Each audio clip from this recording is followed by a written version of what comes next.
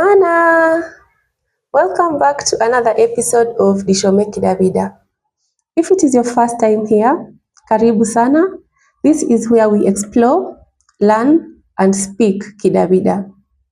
My name is Masaka Mdavida Tiki, and professionally, I am a linguist. As you can see from the title of this video, on today's episode, we are going to learn about the Taita sayings. But before we get started, I would like to mention something briefly on language documentation and language preservation. Language documentation simply entails writing reading materials, collecting linguistic data, and archiving it. And by doing so, we are able to preserve our languages, which is very crucial for the vitality of our languages and also for the identity that we are given, which is based on the languages that we speak. So the language documentation aspect is very important on today's episode because what I'm going to share has been preserved through language documentation. My legend, Mr. Frank Mcharo, was able to practice language documentation, and therefore he was able to preserve some Taita customs, some Taita traditions, and some Taita sayings. And on today's episode, we are going to talk about some of the sayings that he was able to preserve in his book, which is right here with me. From page 66 to the final page, which is page 71, Frank Mcharo was able to capture 30 Taita sayings. I have just selected 5 of them, and I will talk about those sayings in detail. We will dissect those sayings, we will look at the literal meanings of those sayings, and we will finally look at the deep meanings of those sayings. Now, besides language documentation, there are other ways that we use to preserve our languages. One of the ways is through teaching the language to the younger generations. And you can definitely do that by speaking the language to the children, or you can also do that by teaching the language in school, or you can also do that by teaching the language online. You can also preserve a language by recording episodes of lessons and sharing them on social media. And that is exactly what I do on this platform that we call Dishome Kidavida. So now, because Frank Mcharo was able to document our language, today's episode will be based on what he was able to do for us. If he was not able to document and publish this book, then we wouldn't be knowing about the content that he captured in this book, and also we will not be able to learn about the sayings that we are going to learn about in today's episode. So you can actually see the importance of language documentation through what Mr. Frank Mcharo, my legend, did by writing and publishing this book. I will not stop talking about this book. I will always refer back to this book in so many episodes. And if you are a native Taita speaker, you can grab yourself a copy and read the content in this book. And for those that don't understand Kitaita, don't worry, I got you. I will be translating some of the content, and I will keep sharing with you so that you can learn the amazing traditions of the Taita people, the amazing customs of the Taita people, and the amazing Taita sayings of the Taita people. So now let's get started on today's episode. The first saying that I have selected for this episode is Mrizi wa shigadi nde usobaka kindo chefunga. Murizi wa shigadi ndegusobaga kindo chefunga. What does that mean? Let's dissect the words that have been used in that saying. The first word is mrizi. Mrizi refers to a rope. On the other hand, shigadi refers to the compound around a homestead. Kindo, on the other hand, refers to something. So this is the literal meaning of this saying. A rope that is found within the compound of a homestead will eventually be used to tie something.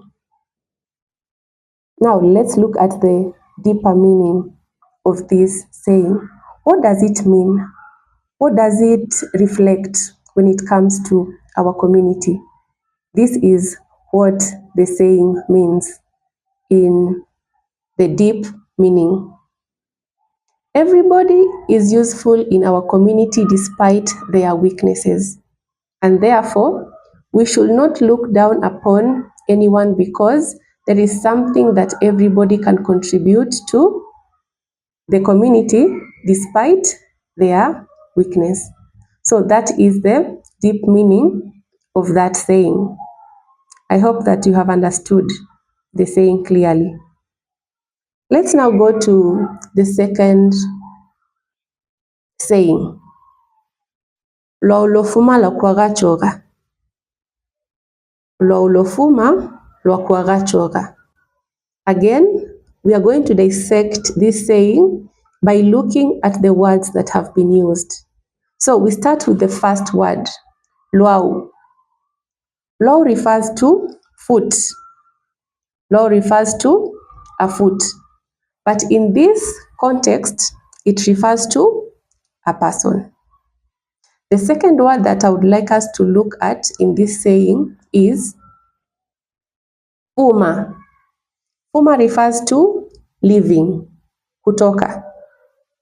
And then let's look at kua. Kua refers to uprooting, but in this case, it refers to acquiring. And finally, let's look at the word choga. Choga refers to a mushroom, and in plural we say voga. Choga, voga. Mushroom, mushrooms. That is the literal meaning of choga. But in this context, it refers to food. So let's look at the literal meaning of this saying. This is the literal meaning of the saying, lwaulofuma lwakwagachoga. Anyone that leaves the house will return with food. That is the literal meaning of this saying. And this is the deep meaning of this saying. If anyone wants to achieve anything, they must leave their comfort zone. And this saying encourages people to be hardworking and avoid laziness. And that is how they will be able to achieve what they desire. That is the meaning of lwaulofuma lwakwagachoga. Let's now move to the third saying. The third saying is mbeba imweri ndikotaga mruma. Mbeba imweri ndikotaga mruma. Again, let's go word by word. Mbeba refers to a rat, but in this case, it represents a person. Imweri refers to one. We definitely talked about this when we were doing the episode on Kutala. Mruma, on the other hand, refers to a hole, but in this case, it is used to represent something great. So this is the literal meaning of this saying. One rat cannot dig a hole. How can we transfer this knowledge to the community? Let's now look at the deep meaning of this saying. If people want to achieve something great, they need to be united and work as a team. This saying encourages people in the community to embrace teamwork. So it is not just a saying, it is a saying that is encouraging people to embrace teamwork within the community. That is, if they want to achieve greater things. Let's now look at the fourth saying. The fourth saying is mlilia bandu ndio lililwaga. Mlilia bandu ndio lililwaga. Allow me to just read the write-up that I did, because I don't want to miss out on anything that I'm saying when giving an explanation for these sayings. So, mlilia bandu ndio lililwaga means, mlilia bandu, first of all, translates to a person who cries with those that are crying. Mlilia bandu refers to a person who cries with those that are crying. Ndio lililwaga. Ndio lililwaga means he or she will not have other people to cry with them. This is the literal meaning of this saying. If someone offers to console those that are mourning, he or she should not expect those people to support him or her when it is her time to mourn. What is this saying teaching us in our community or in our society? Let's look at the deep meaning. People should not expect anything in return when they offer to support others. Or it could also mean people should do good to others without expecting favors or anything in return. This is an equivalent of do good without caring to whom. Do good without caring to whom. Let's now look at our final saying for this episode. Chia ivi rale miembisi. Chia ivi rale miembisi. Chia refers to a path, but in this case, it is used to represent things. Okay? Then ivi, definitely from the counting episode, is 2. Mbisi refers to a hyena, but in this case, it represents a person.